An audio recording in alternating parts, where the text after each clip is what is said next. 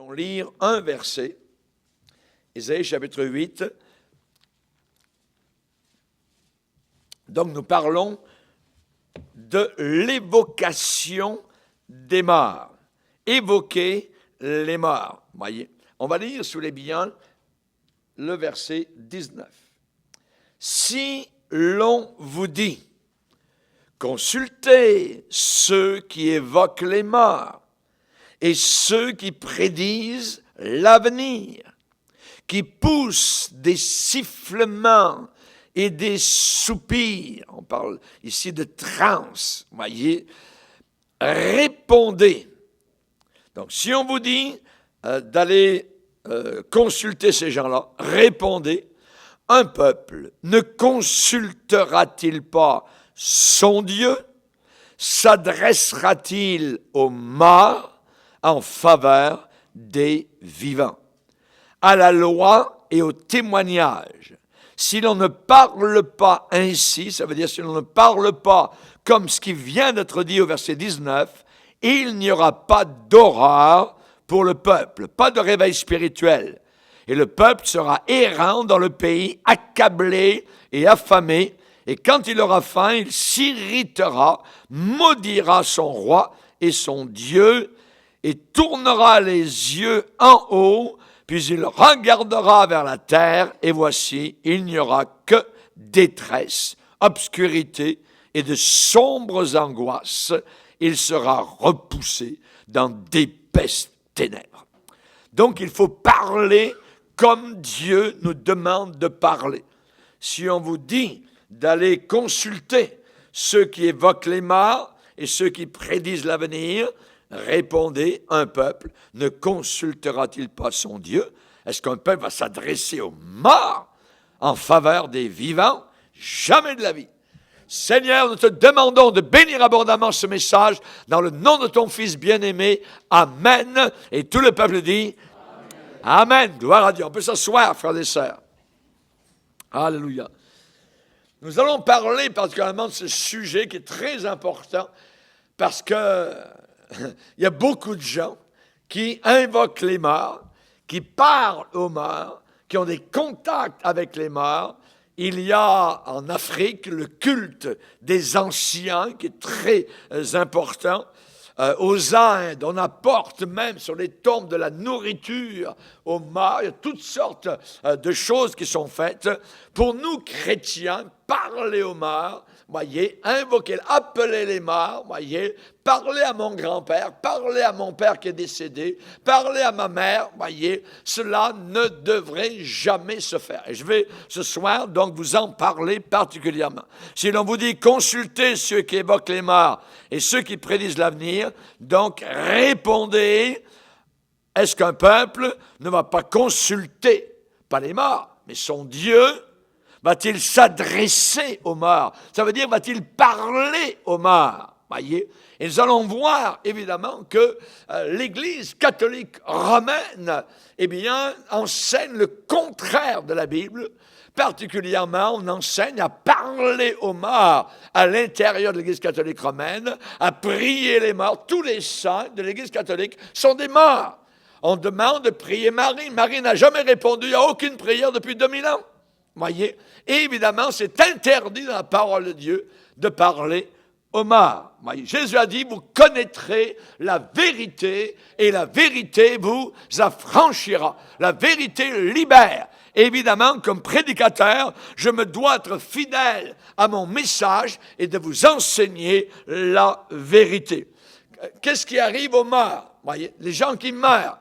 Tout d'abord, il y a deux sortes de morts. C'est pas compliqué. Il y a ceux qui meurent en Christ, dans la foi en Jésus-Christ, et ceux qui, évidemment, ne meurent pas en Christ. Les morts en Christ, la Bible nous dit dans Apocalypse 14 et au verset 13, « Heureux dès à présent les morts qui meurent dans le Seigneur. » Oui, dit le Saint-Esprit, afin qu'ils se reposent de leurs œuvres, car leurs œuvres terrestres les suivent, voyez, et évidemment, ils sont dans la félicité. Ils sont au ciel, voyez, ils sont dans un lieu appelé Saint d'Abraham, ou encore paradis. Nous voyons cela dans Luc chapitre 16. Et ils attendent évidemment la récompense. Voyez, la première résurrection qui est l'enlèvement, donc évidemment, verra les récompenses accordées. Ensuite, évidemment, viendra pour ceux qui ne sont pas morts en Christ, la deuxième résurrection qui est terrible, et c'est évidemment au trône du jugement blanc de Jésus-Christ où personne n'est sauvé. Ils sont tous jugés selon leurs œuvres. Voyez? Et si vous êtes jugés selon vos œuvres, vous allez en enfer, parce que vous n'avez aucune œuvre à présenter à Dieu pour vous sauver. Il n'y a qu'une seule œuvre qui nous sauve, c'est l'œuvre de Jésus-Christ à la croix du Calvaire. Amen. Alléluia. Gloire au Seigneur. Alors, évidemment, on sait que la Bible dit « Malheur à la terre et à la mer, car le diable est descendu vers vous, animé d'une grande colère, sachant qu'il a peu de temps. » Et il essaie, évidemment, de dériver l'adoration et l'invocation que nous devrions faire à Jésus-Christ et au Père. Eh bien, il essaie de détourner cela vers des êtres humains qui sont décédés. Et cela s'appelle évidemment la nécromancie, qui est une abomination et qui était passive de mort dans l'Ancien Testament. Quelqu'un qui faisait des choses semblables, selon la loi de l'Ancien Testament, devait mourir. C'était quelque chose que Dieu abhorre, donc Dieu refuse et interdit. Et nous avons dans la parole de Dieu, évidemment, ce verset qui nous dit « Ceux qui ne meurent pas dans le Seigneur Jésus-Christ », il est dit « Et ceux-ci iront, où vont-ils aller? Au châtiment éternel. » Au châtiment éternel. Un châtiment qui va durer pendant toute l'éternité. Je ne peux même pas essayer de m'imaginer ce que ces deux mots peuvent signifier. Châtiment éternel. Ces gens-là vont vivre en enfer une éternité de tourments sans jamais au grand jamais, dans 100 milliards d'années, ils seront encore là au même point que le premier instant où ils seront entrés dans l'enfer. C'est inimaginable. Et ceux-ci iront au châtiment éternel. Nous allons parler ce soir l'évocation des morts. Nous allons faire la différence entre les résurrections et les apparitions. Il y a une grande différence. En général, dans les Écritures, le retour sur terre d'êtres humains ayant passé par la mort ne peut se produire que grâce à la résurrection des corps. Ça ne peut pas se faire autrement que par la résurrection. Un mort ne peut pas revenir. C'est impossible. C'est impossible totalement. Nous nous laissons guider par les Saintes Écritures. Pas parce que les gens croient, pas parce que ce qu'un tel ou tel déclare. Voyez, quand les gens disent, eh bien, je viens d'arriver du cimetière, j'ai enterré mon père, et le soir, quand je me suis couché, j'ai vu mon père au pied du lit qui m'est apparu, et il m'a parlé. Et ça m'a vraiment consolé. Qu'est-ce qui se passe quand une chose semblable arrive? Est-ce que la personne a des hallucinations ou bien c'est une chose réelle? Et j'aimerais vous le dire, c'est une chose réelle. Mais qui est la personne qui est apparue au bout du lit? C'est un démon qui est capable de prendre la voix de la personne chère qu'on a enterrée et de se faire passer pour cette personne-là. Les démons sont bien plus puissants, je dirais, que nous, les hommes, mais bien au-dessous de la puissance de Dieu. Mais il y a une puissance qu'ils ont à ne pas négliger. On sait particulièrement qu'un mort, donc, ne peut revenir que par résurrection et non pas par apparition. Voyez, par exemple, on sait qu'il y a quelqu'un aujourd'hui qui est en enfer et qui avait un grand souci pour 5 de ses frères qui étaient sur terre. Ça veut dire que la personne était en enfer, était morte, et la personne a demandé que quelqu'un aille sur la terre, donc pour avertir, donc de ne pas venir dans ce lieu qui est tellement horrible que même le damné de l'enfer ne voulait même pas avoir, je dirais, ses 5 frères venir, eux aussi, dans ce lieu terrible. Voyez. Eh bien, qu'est-ce qui a été répondu à cet homme? Sur la terre, tes frères, tes 5 frères, ne se laisseront pas persuader quand bien même quelqu'un des morts ressusciterait. Donc, ce n'est que par, écoute, chaque mot est dit dans la Bible, dans Luc 16, versets 27 à 31, donc, quelqu'un des morts ressusciterait. Ce n'est que par résurrection des morts que quelqu'un pourrait venir, donc, avertir ses 5 frères. C'est le seul et unique moyen, voyez. Mais il a été dit à cet homme, tes frères ne se laisseront pas persuader. Pourquoi? Parce qu'ils ont sur la terre la Bible, et si la Bible n'est pas assez convaincante, rien ne pourra y faire. C'est la parole de Dieu. C'est pour ça qu'il est très important, quand on vient dans une réunion, quand on entend la parole de Dieu, on devrait abandonner notre cœur au Seigneur, parce que c'est le seul et unique moyen pour sauver quelqu'un. Les miracles ne sauvent personne. C'est la parole de Dieu qui sauve. C'est la parole de Dieu qui convainc. C'est le glaive du Saint-Esprit. Le miracle peut nous prouver que Dieu est présent, que Dieu est là, mais il n'y a pas de force de conviction, je dirais, pour que nous venions au Seigneur. C'est la parole de Dieu. Ils ont sur la terre la parole. Qu'ils l'écoutent. S'ils ne l'écoutent pas, s'ils n'écoutent pas la Bible, ils ne se laisseront pas persuader quand bien même quelqu'un des morts ressusciterait. Donc, un mort ne peut revenir que par résurrection. Voyez, les morts n'ont pas le pouvoir de revenir ici-bas comme ils le veulent, comme ils le désirent et à leur gré. Les morts sont soumis à la toute-puissance du El Shaddai. Alléluia. Et ils ne peuvent pas revenir comme ils le veulent. Voyez? Et si des gens sur terre invoquent leur mère, leur grand-mère, leur ami qui est décédé, ainsi de suite, voyez, et s'il y a apparition, il y a contact avec les démons. Donc, la Bible dit que Christ est mort et il a vécu afin de dominer sur les morts.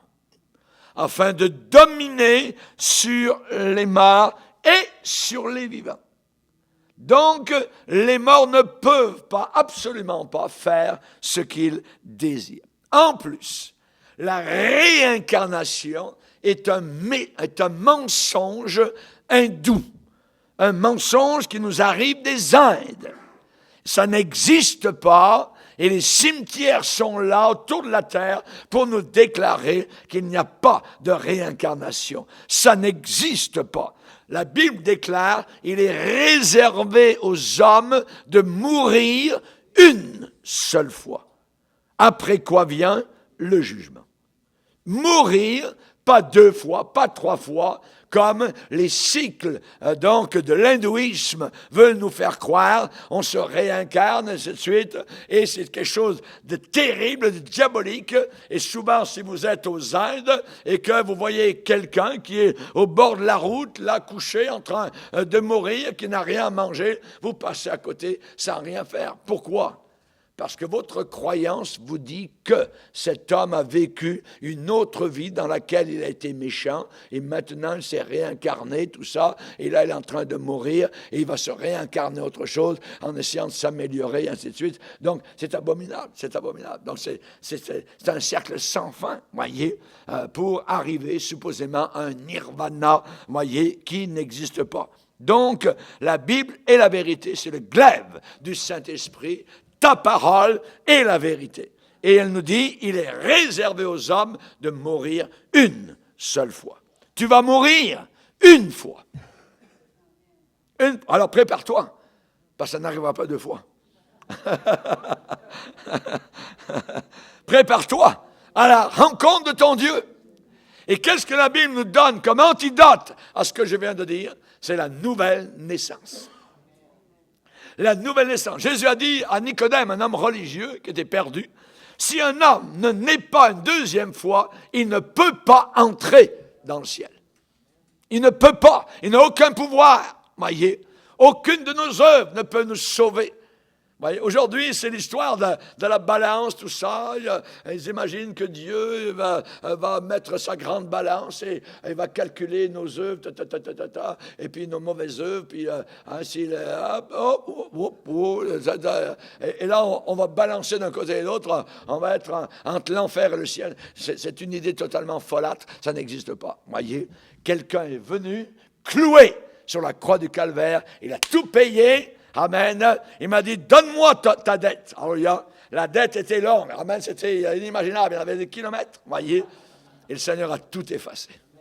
Tout effacé. C'est lui. C'est pas moi. C'est pas toi. C'est pas tes œuvres. C'est pas une histoire de balance. C'est une histoire de Christ à la croix du calvaire qui a tout accompli. Et c'est la raison pour laquelle, avant de mourir, avant de baisser son front, avant que son menton ne touche sa poitrine, Christ a dit et a déclaré, tout est accompli.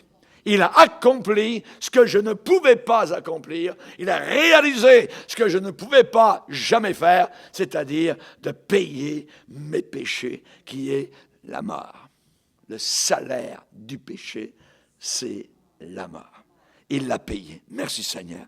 Et raison pour laquelle Jésus a dit à Nicodème, si un homme ne naît pas de nouveau, il ne peut pas entrer dans le ciel. Es-tu né de nouveau? On ne demande pas la question, es-tu religieux, crois-tu en Dieu, tout ça. Les démons croient aussi en Dieu, ils tremblent. C'est d'avoir abandonné notre vie au Seigneur, d'avoir déposé notre vie au pied de la croix, totalement et complètement. Amen. Paul pouvait dire, amen, ce n'est plus moi qui vis, c'est Christ qui vit en moi. Dans sa rencontre, Paul, Saul de Tarse, n'a pas rencontré une nouvelle religion, il a rencontré un sauveur ressuscité. Il a été bouleversé. Son orgueil, sa baudruche qui était remplie comme un ballon, vous voyez, est devenue plate en rencontrant le Fils de Dieu. Merci Seigneur. As-tu rencontré le Fils de Dieu? Amen. Maintenant, nous allons voir, voyez, qu'il y a, vis-à-vis des morts, dans la parole de Dieu, certaines exceptions. Certaines exceptions à la règle. Je viens de vous donner la règle. La règle, c'est que les morts ne reviennent pas. Ils ne peuvent pas, à moins de ressusciter. Ils sont soumis à l'autorité, donc, du grand Dieu El Shaddai. Nous avons cependant dans la Bible un cas unique, et sur lequel on ne peut pas évidemment baser une doctrine, puisqu'une doctrine doit avoir son étalage dans toutes les Écritures, de Genèse à Apocalypse. Mais là, nous avons un cas, c'est l'apparition de Samuel au roi Saül, donc, qui était totalement rétrograde. C'est unique dans toute la parole de Dieu. On peut dire que c'est l'exception à la règle. C'est un mystère. C'est un mystère, voyez. On va lire, si vous voulez bien, dans 1 Samuel 28. 1 Samuel 28.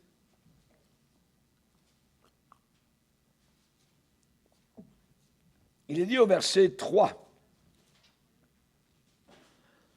Samuel, donc le grand prophète, était mort. Tout Israël l'avait pleuré, et on l'avait enterré à Rama, dans sa ville. Saül, donc le roi, le premier roi d'Israël, Saül, avait ôté du pays ceux qui évoquaient les morts et ceux qui prédisaient l'avenir. Donc très bien, bravo Saül, quand il marchait avec Dieu. Mais un peu plus loin, regardez, verset 7. Et Saül dit à ses serviteurs, Il fait le contraire de ce qu'il avait fait au début. Cherchez-moi une femme qui évoque les morts. Voyons donc. Et j'irai la consulter. Parce que Dieu ne lui parlait plus. Il était tellement désobéissant à la volonté de Dieu que maintenant Dieu ne lui parlait plus. Cherchez-moi une femme qui évoque les morts et j'irai la consulter. Ses serviteurs lui dirent, voici à Endar, il y a une femme qui évoque les morts. Alors Saül se déguisa et prit d'autres vêtements. Il ne veut pas se faire reconnaître parce qu'il avait fait tuer ces personnes auparavant. Et il partit avec 2 hommes. Ils arrivèrent de nuit chez la femme. Généralement, les choses diaboliques se passent la nuit. Ils arrivèrent de nuit chez la femme. Saül lui dit, prédis-moi l'avenir en évoquant un mort et fais-moi monter celui que je te dirai. La femme lui répondit, voici, tu sais que ce que Saül a fait. Et elle l'a devant elle, imaginez. Tu sais ce que Saül a fait, comment il a retranché du pays ceux qui évoquent les morts et ceux qui prédisent l'avenir. Pourquoi donc tends-tu un piège à ma vie pour me faire mourir? Saül lui jura par l'Éternel, imaginez, par l'Éternel, en disant, l'Éternel est vivant et ne t'arrivera point de mal pour cela. La femme dit, qui veux-tu que je te fasse monter? Et il répondit, fais-moi monter Samuel, qui était mort. Alors, lorsque la femme vit Samuel, elle poussa un grand cri et elle dit à Saül, pourquoi m'as-tu trompé? Tu es Saül. Le roi lui dit, ne crains rien, mais que vois-tu? La femme dit à Saül, je vois un Dieu qui monte de la terre. Il lui dit, quelle figure a-t-il? Et elle répondit, c'est un vieillard qui monte et il est enveloppé d'un manteau. Saül comprit que c'était Samuel. Il s'inclina le visage contre terre et se prosterna. Samuel dit à Saül, imaginez, c'est le mort qui parle. Samuel dit à Saül, pourquoi m'as-tu troublé en me faisant monter? Saül répondit, je suis dans une grande détresse. Les Philistins me font la guerre et Dieu s'est retiré de moi. Et il ne m'a répondu ni par les prophètes ni par des songes. Et je t'ai appelé. Donc il a invoqué les morts, un mort, pour que tu me fasses connaître ce que je dois faire. Samuel dit, pourquoi donc me consultes-tu, puisque l'Éternel s'est retiré de toi et qu'il est devenu ton ennemi? L'Éternel te traite comme je te l'avais annoncé de sa part. L'Éternel a déchiré la royauté d'entre tes mains et l'a donnée à un autre, à David. Tu n'as point obéi à la voix de l'Éternel et tu n'as pas fait sentir à Amalek, un ennemi d'Israël, l'ardeur de sa colère. Voilà pourquoi l'Éternel te traite aujourd'hui de cette manière. Et même l'Éternel livrera Israël avec toi entre les mains des Philistins. Demain, toi et tes fils, vous serez avec moi, et l'Éternel livrera le camp d'Israël entre les mains des Philistins. Aussitôt, Saül tomba à terre de toute sa hauteur. Imaginez, il est troublé totalement. Et les paroles de Samuel le remplirent d'effroi. De plus, il manquait de force, car il n'avait pris aucune nourriture tout le jour et toute la nuit. Donc, ici, nous avons un cas particulier, l'apparition de Samuel à Saül. C'est unique dans toute la parole de Dieu. Il n'y a aucun autre endroit où nous voyons une chose semblable. Donc, je le répète, c'est une exception à la règle. C'est un mystère, mais vraiment, c'est arrivé.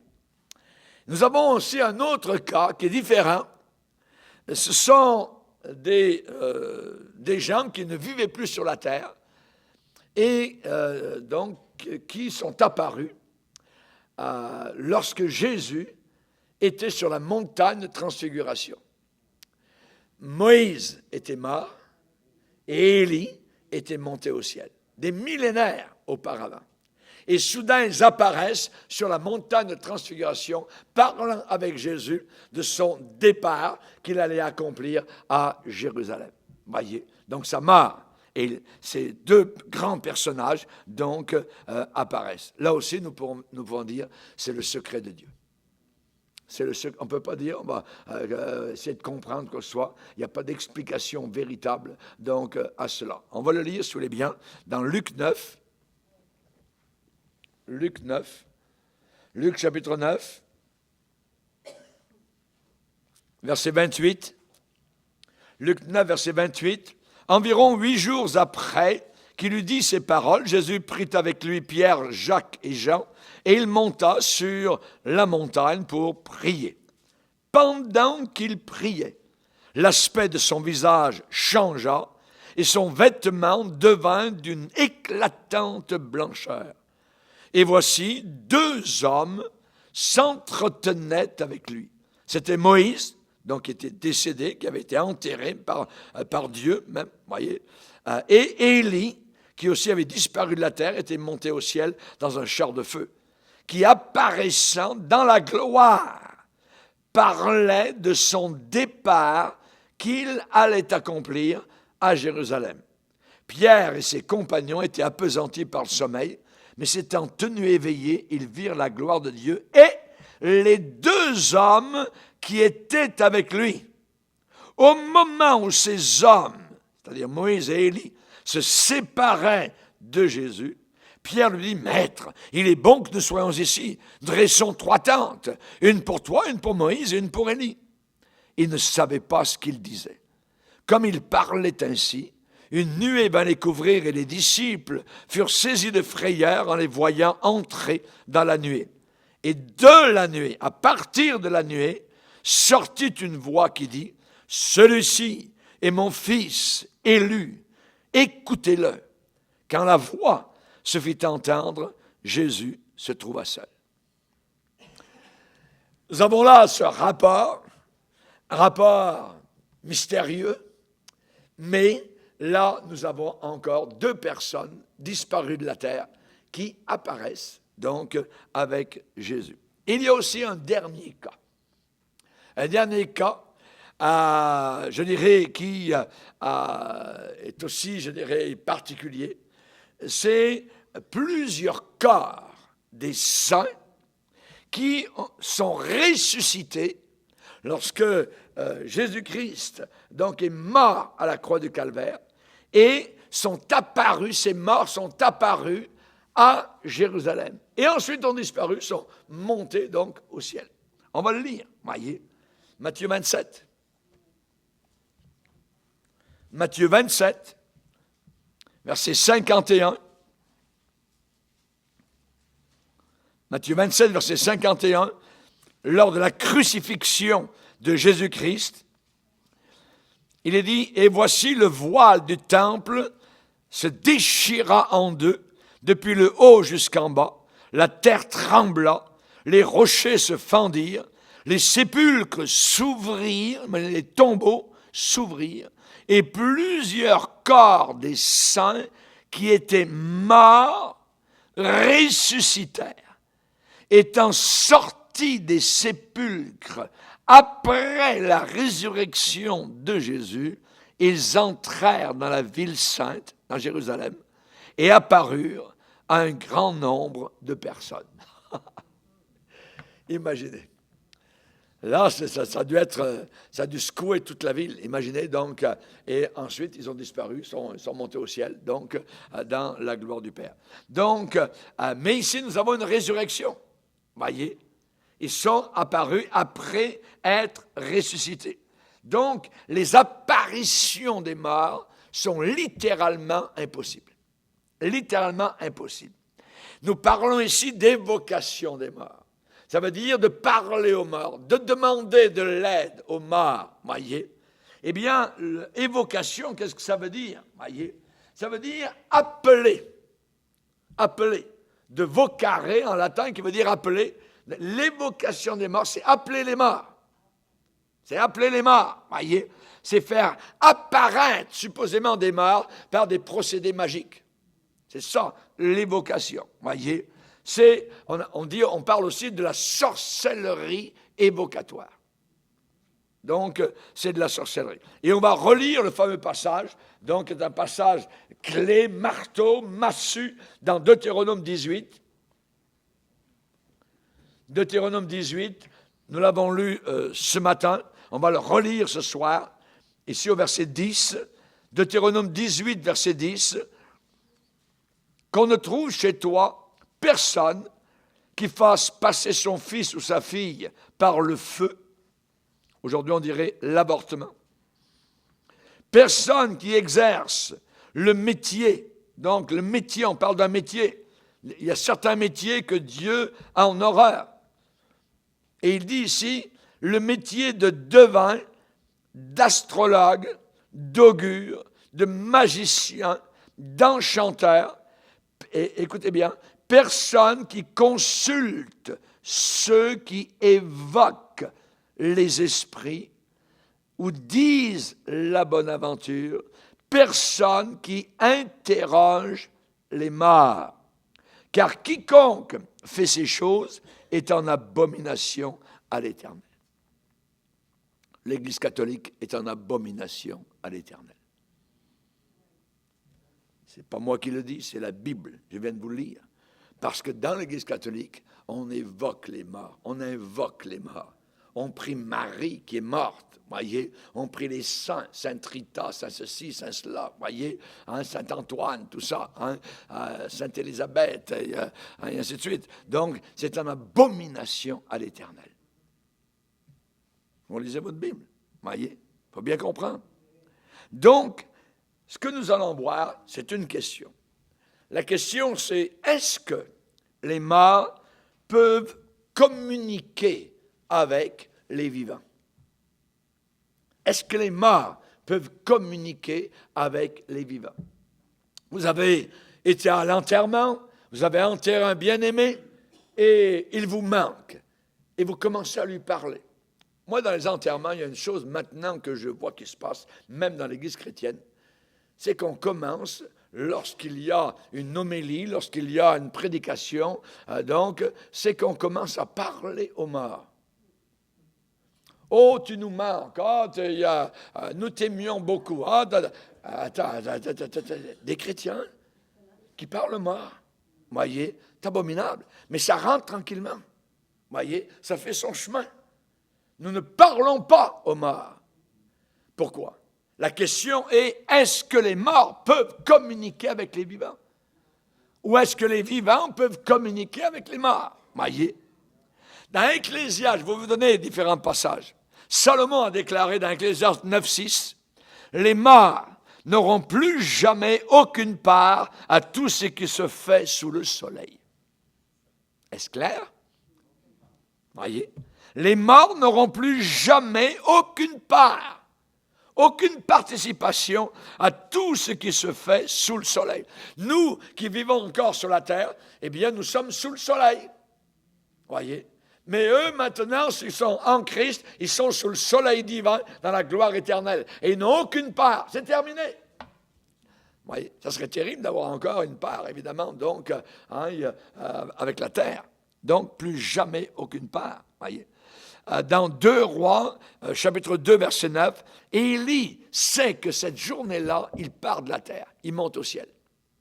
Et il est accompagné d'un jeune homme de Dieu qui s'appelle Élisée. Et Élie va dire à Élisée, demande ce que tu veux avant que je ne sois enlevé d'avec toi. Oui, avant. Parce qu'après, je serai terminé, je serai dans l'éternité, dans le ciel, donc ça ne servira plus à rien, donc, de me demander quoi que ce soit. Avant. Oui.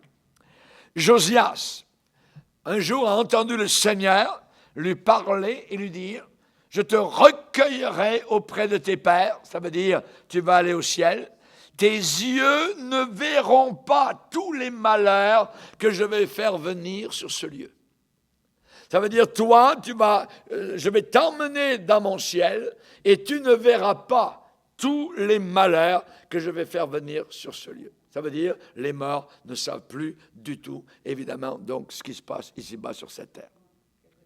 Voyez, ça, c'est 2 Rois, chapitre 22 et le verset 20. David, il y en a un autre, voyez. Vous savez, David, un jour, il a eu un bébé, donc, d'une relation illicite avec Bathsheba. Le bébé, ce n'est pas sa faute, voyez, donc Dieu n'en veut pas au bébé, mais il y a eu une relation adultère particulière, donc David a fait tuer le mari de la bonne femme et il a couché avec Bathsheba. Et il y a eu donc un bébé. qu'est-ce qui arrive? C'est que le bébé est malade. Et là, il naît, et là, c'est entre la vie et la mort. David va se mettre à jeûner, à prier. Seigneur, s'il te plaît. Ainsi de suite. Ouais. Et on va le lire. On va lire ça. 2 Samuel 12. 2 Samuel 12. 2 Samuel chapitre 12. Verset 21.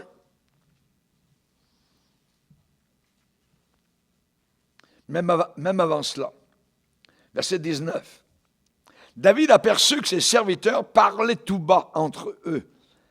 Il comprit que l'enfant était mort. Il dit à ses serviteurs, « L'enfant est-il mort ?» Ils répondirent, « Il est mort. » Alors David se leva de terre, il se lava, soignit et changea de vêtements, puis il alla dans la maison de l'Éternel et se prosterna. De retour chez lui, il demanda qu'on lui serve à manger, et il mangea. Ses serviteurs lui dirent, « Que signifie ce que tu fais?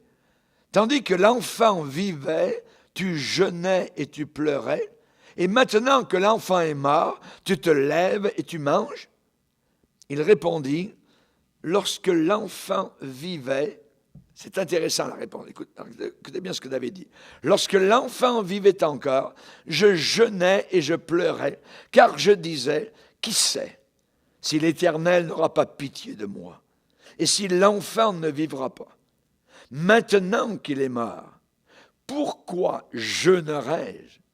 Puis-je le faire revenir? J'irai vers lui, mais il ne reviendra pas vers moi. » C'est clair.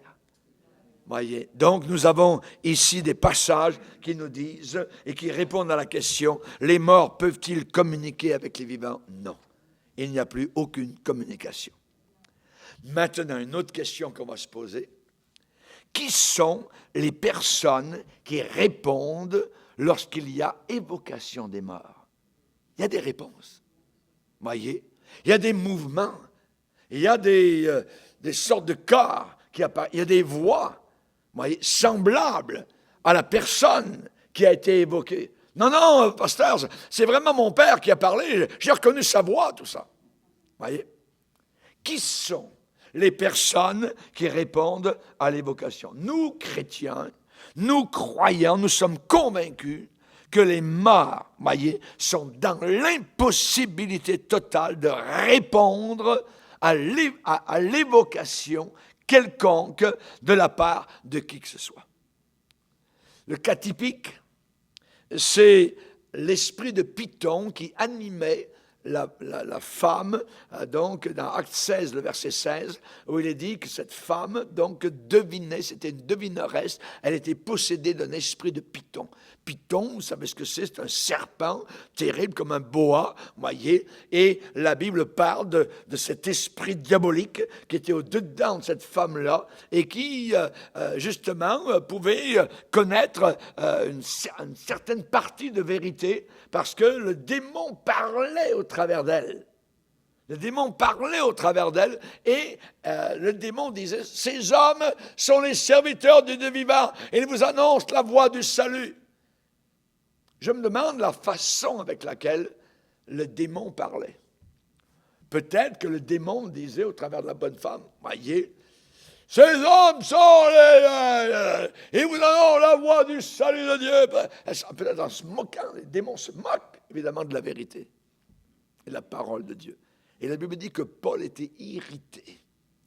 Il a senti monter en lui. Pourtant, ce que le démon dit est vrai. C'est la vérité.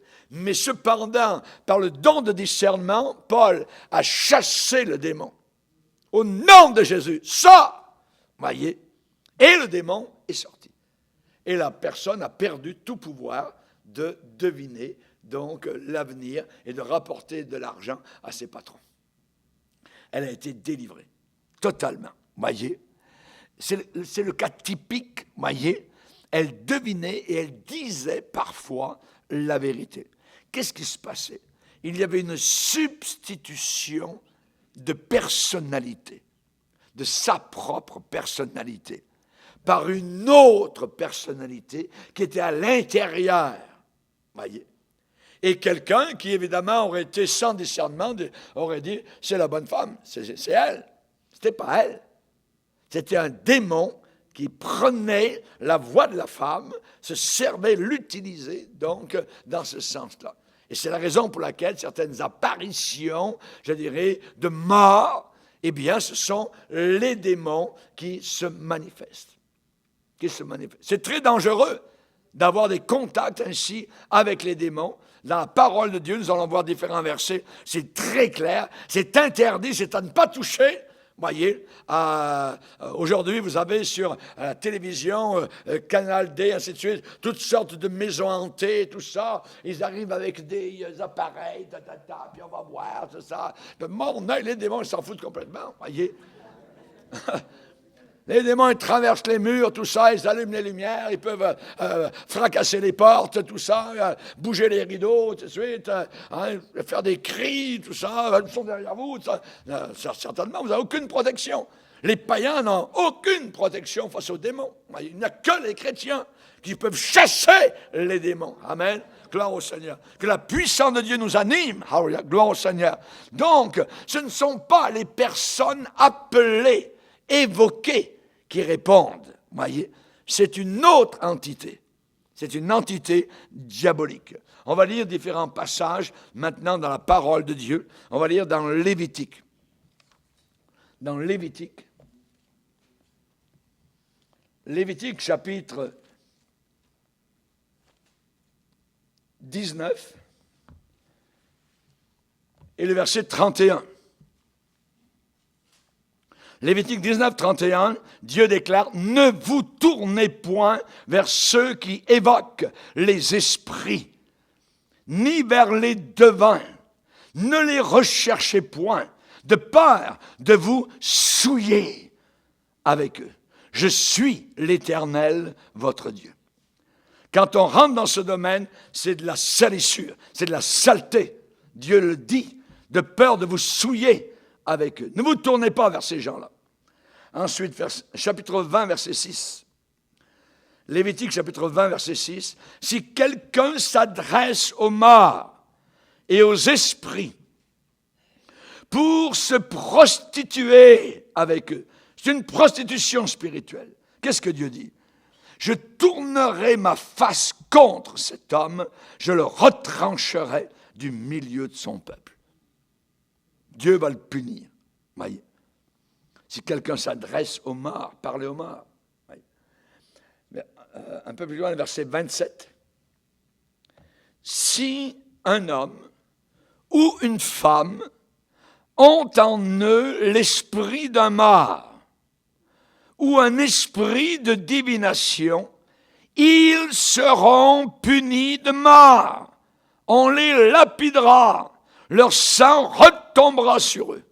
Oh, c'est pas une petite affaire, voyez, de jouer avec les esprits, de jouer avec les morts, de prier les morts, ainsi de suite.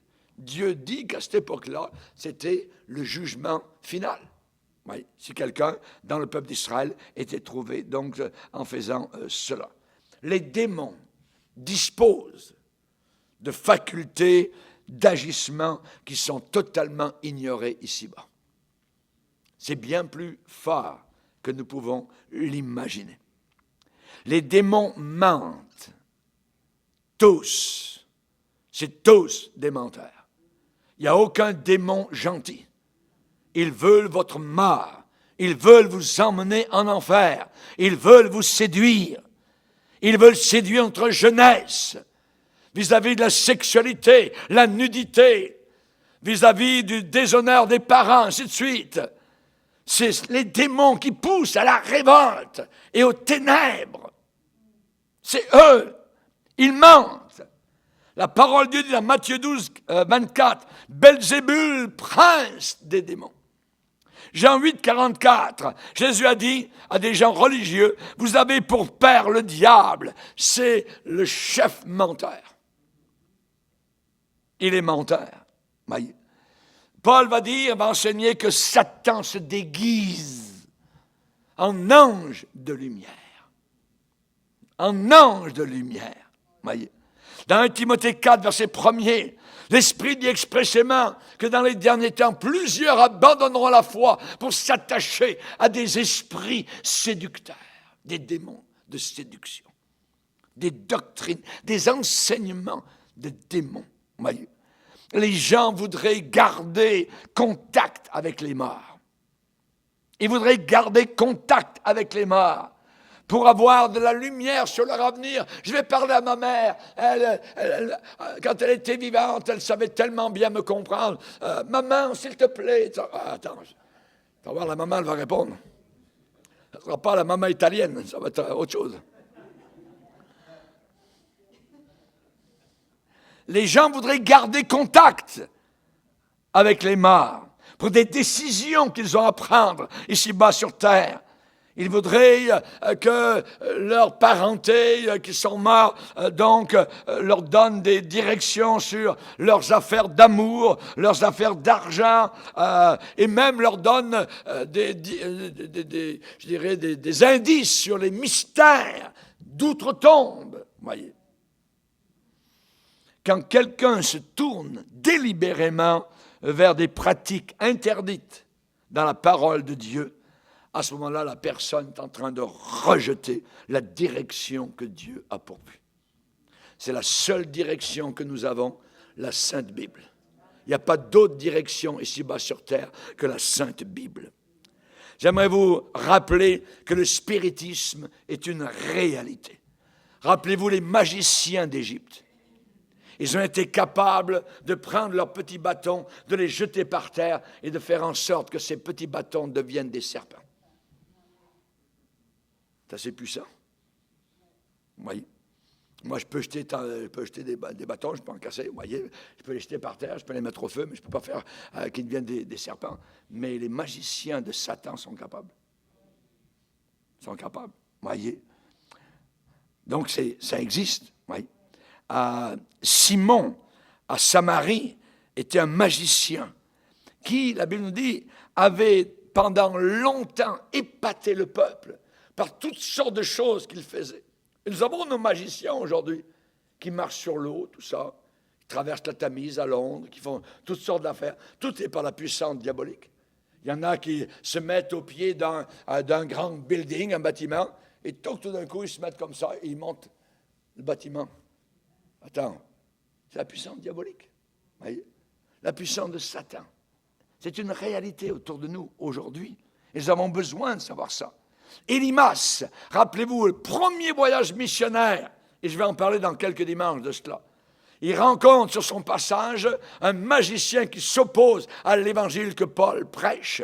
Il y a un grand monsieur romain, voyez, qui dirige toute l'île, le gouverneur de l'île. Et il y a Élimas, qui est un magicien, qui dit, monsieur le procurateur, tout ça, ce que dit le prédicateur, c'est pas vrai, c'est ce Jésus, tout ça, c'est faux, tout ça.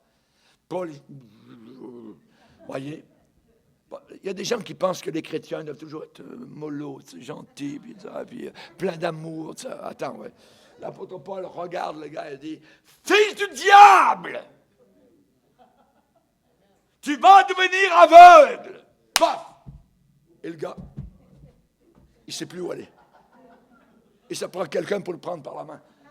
Le gouverneur romain voit la puissance de Dieu. Il a donné sa vie au Seigneur directement. Le message a été confirmé, alléluia, par la puissance du Seigneur Jésus-Christ. Que Dieu soit béni.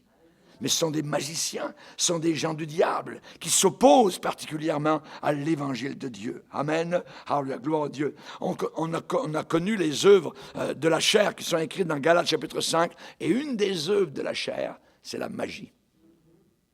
Il est dit que ceux qui font des choses semblables n'hériteront pas le royaume de Dieu. Il n'y a aucun magicien là-haut au ciel.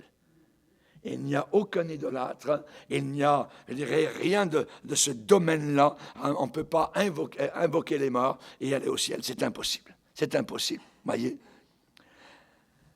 La condamnation de Dieu sur ces choses est claire et nette. On a lu 3 passages dans Lévitique. On a lu Deutéronome chapitre 18, voyez, et particulièrement, donc, l'enfant de Dieu s'oppose victorieusement On a le pouvoir de chasser les démons. Amen. Élimas, le magicien devenu aveugle, l'esprit de Python, dans Acte 16, a été chassé. Jésus a dit, vous recevrez de la puissance, car le Saint-Esprit viendra sur vous, et vous serez mes témoins. Celui qui est en nous, va dire l'apôtre Jean, est plus grand, plus fort que celui qui est dans le monde. Alléluia, gloire au Seigneur. Paul a instruit les Colossiens en disant que personne ne vous séduise par des discours séduisants. Des discours à vous endormir, voyez, comme la prostituée qui a endormi Samson, voyez.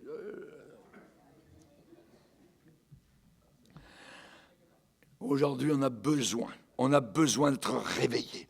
Il faut affirmer notre confiance dans les promesses du Seigneur. Je suis avec vous tous les jours, jusqu'à la fin du monde. Je ne te délaisserai pas, je ne t'abandonnerai pas. L'Éternel te gardera. Celui qui garde Israël veille sur toi. Il gardera ton départ, il gardera ton arrivée. Nous sommes gardés et protégés par la puissance du Seigneur. Nous adorons le Seigneur en esprit et en vérité. Dehors les enchanteurs, dehors les magiciens. Alléluia. Si l'on vous dit, venez consulter ceux qui évoquent les esprits, un peuple ne répondra-t-il pas?